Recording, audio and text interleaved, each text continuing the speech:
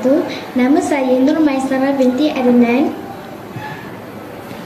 dan saya Nur Bakis Batrisha binti Mustaqim.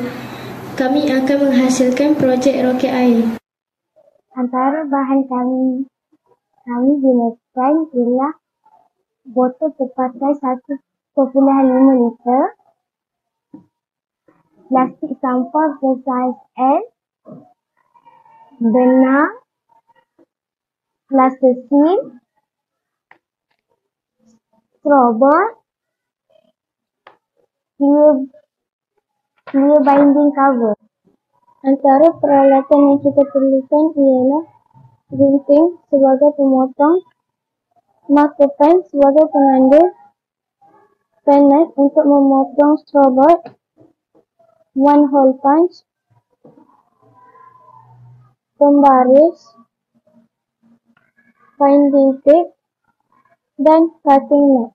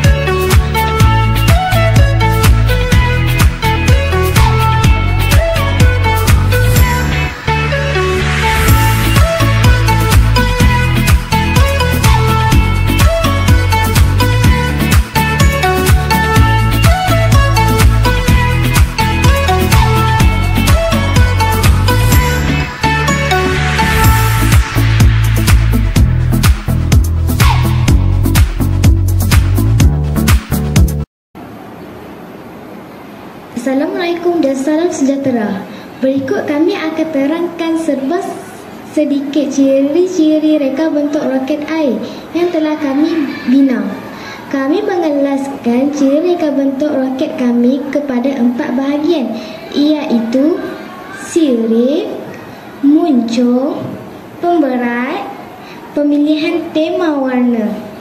Penerangan saya akan menyentuh kepada berkenaan sirip dan muncung, manakala sahabat saya Batrisha akan menerangkan berkenaan penggunaan pemberat dan pemilihan warna tema roket kami. Sirip berbentuk segitiga meruncing ke belakang, berfungsi sebagai kemudi roket supaya ia bergerak lurus ke sasaran ataupun bergerak lurus ke atas. Bentuk runcingnya ke belakang supaya mengurangkan rintangan udara dan dalam satu masa yang sama meningkatkan kelajuan roket kami. Arus robot yang ke belakang juga kami mengurangkan rintangan udara. Muncung roket yang berbentuk kun juga bagi mengurangkan rintangan udara dan dapat memastikan roket kami bergerak lurus. Jika roket yang dibina tanpa muncung yang tajam, maka pergerakan roket tidak lurus dan tidak akan mencapai sasaran jarak yang dipertandingkan. Bahan muncung roket dibuat daripada plastik kosong yang digulung kerana hendak mengurangkan beban keseluruhan roket supaya ianya dapat bergerak lebih jauh.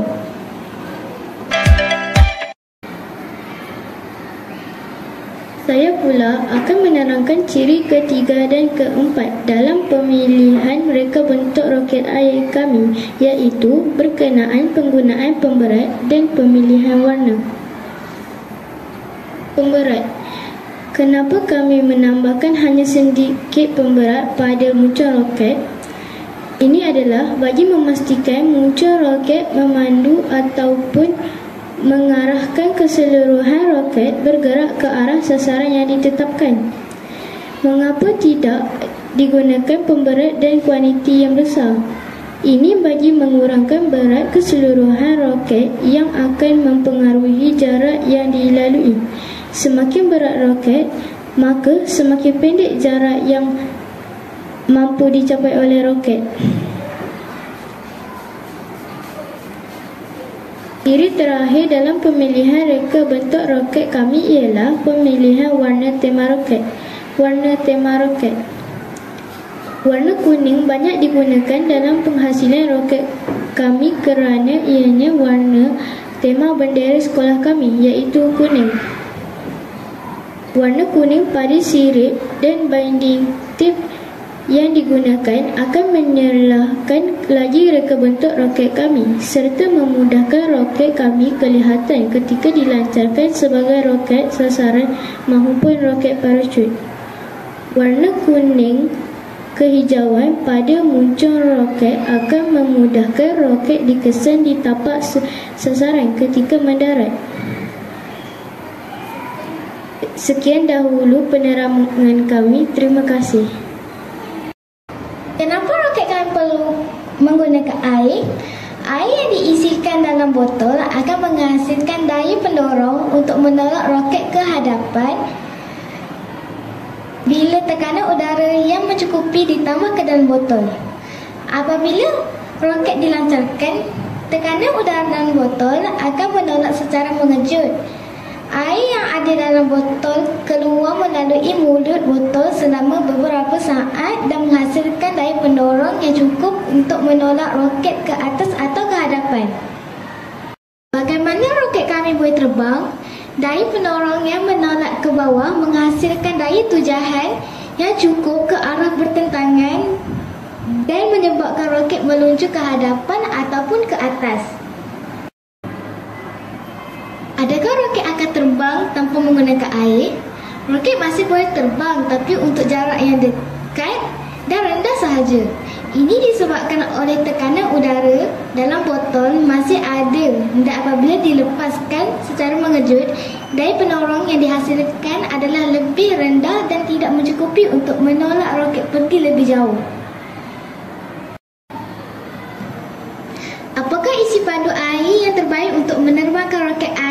ini. Isi padu air terbaik setelah kami lakukan ujian terhadap roket kami ialah 700 ml, iaitu hampir separuh daripada isi padu keseluruhan roket kami. Ini adalah isi padu optimum supaya roket kami tidak terlalu berat dan mampu mencapai sasaran jarak yang dipertandingkan. Kenapa roket yang penuh air tidak mampu terbang? Ada dua sebab kenapa roket tidak boleh terbang. Pertama sekali, tekanan udara yang dipam masuk terlalu sedikit akibat ruang roket dipenuh air. Jadi, apabila dilancarkan tekanan udara yang sedikit ini tidak mampu menolak air yang terlalu banyak untuk menghasilkan daya pendorong yang cukup. Yang kedua, apabila air diisi penuh, maka berat roket bertambah lalu mengakibatkan agak sukar untuk tertolak ke atas ataupun ke hadapan. Berat keseluruhan roket sangat mempengaruhi keupayaan untuk terbang dan jarak yang dilalui oleh roket. Kenapa air keluar arah bertentangan dengan arah pergerakan roket? Air itu ditolak secara mengejut oleh tekanan udara dan keluar dari arah mulut botol di bawah roket menghasilkan daya pendorong yang cukup untuk menunjang roket bergerak ke arah yang bertentangan, iaitu ke atas ataupun ke hadapan. Bagaimana nak dapatkan sasaran optimum? Bagi mendapatkan sasaran optimum, 4 faktor diambil kira, iaitu tekanan udara dalam badan roket yang mencukupi. Kedua, jisim pemberat pada roket yang optimum. Yang ketiga, kecondongan pelancar roket yang sesuai. Yang terakhir sekali ialah isi padu optimum air yang diisi dalam badan roket.